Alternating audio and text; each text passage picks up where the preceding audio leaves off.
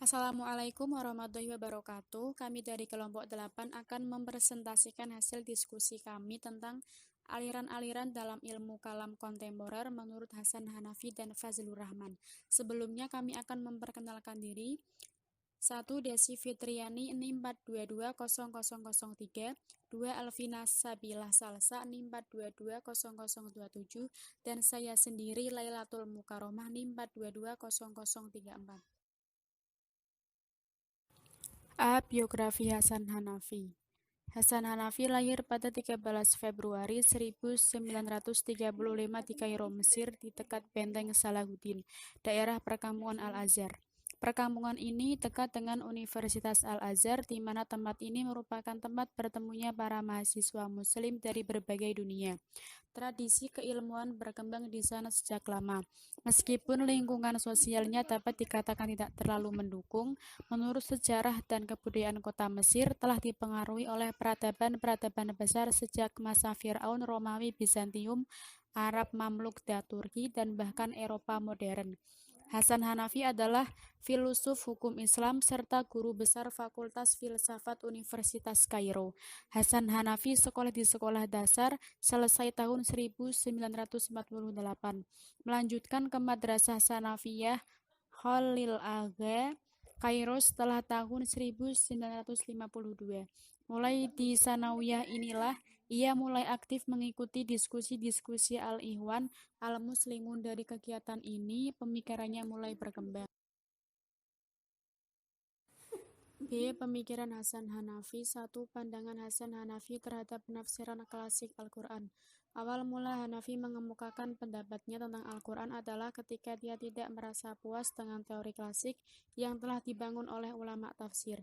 Ia beranggapan bahwa teori yang dipakai tidak memiliki teori yang solid yang memiliki prinsip-prinsip yang teruji dan terseleksi, karena penafsiran model klasik ini tidak menginjak pada level syarah atau komentar, tafsir atau detailisasi, dan tikrar atau pengulangan, serta penjelas tentang apa poin-poin yang harus ditekankan ketika menafsirkan ayat atau surah tertentu. Di sisi lain, ia mengabaikan kehidupan, problem, kebutuhan manusia yang mengakibatkan teks tersebut hanya berkutat pada dirinya sendiri. Teori tafsir adalah teori yang menghubungkan antara wahyu dan realitazi, atau antara dunia dan akhirat dan manusia dengan Tuhan. Pemikiran kedua dari Hasan Hanafi yaitu metode hermeneutika Hasan Hanafi. Hal ingin diwujudkan Hanafi dalam pemikirannya adalah rekonstruksi peradaban dengan menunjukkan pada sumber-sumbernya atau reinterpretasi wahyu itu sendiri yang mendasarkan kepada realitas kehidupan kontemporer masyarakat. Hanafi menggunakan hermeneutika sebagai alternatif metode interpretasi teks. Atas Hanafi juga menambahkan pendapatnya secara jelas bahwa ia menyatakan keluar dari tradisionalisme atau taklidisme dan tidak mengikuti jejak para salaf as-salih. Hasan Hanafi secara tegas mengajak kepada kita untuk mengalih fokus kajian dari Allah Subhanahu wa taala dan Rasul yang menjadi pusat kajian ilmu kalam dalam pengetahuan tradisional menuju manusia yang sekarang sebagai objek kajian. Biografi Fazlur Rahman. Fazlur Rahman dilahirkan pada tanggal 21 September 1915 di Zahara, suatu daerah yang sekarang terletak di barat laut Pakistan. Fazlur Rahman dilahirkan dalam suatu keluarga muslim yang sangat religius. Kereligiusan ini dinyatakan oleh Fazlur Rahman sendiri yang mengatakan bahwa ia mempraktekkan ibadah-ibadah keislamian seperti sholat, puasa, dan lainnya tanpa meninggalkannya sekalipun. Tokoh pemikiran Fazlur Rahman. Yang pertama, watak ilmu pengetahuan Islam era pertengahan. Rahman awal mula dan tersebarnya ilmu pengetahuan Islam pada masa-masa awal Islam berpusat pada individu-individu dan bukannya sekolah-sekolah. Kandungan pemikiran Islam juga mencirikan usaha-usaha individu. tokoh-tokoh istimewa tertentu yang telah mempelajari hadis dan membangun sistem-sistem teologi dan hukum mereka sendiri di seputarnya, menarik murid-murid dari daerah lain yang mau menimba ilmu pengetahuan dari mereka.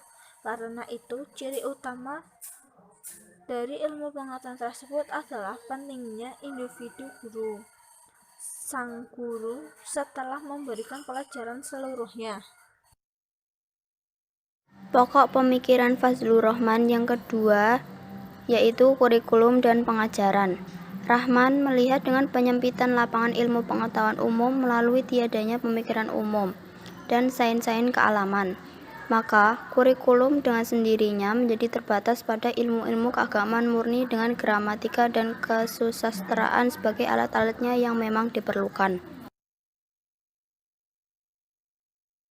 Kemudian, pokok pemikiran Fazlur Rahman yang ketiga yaitu pendidikan tinggi Islam.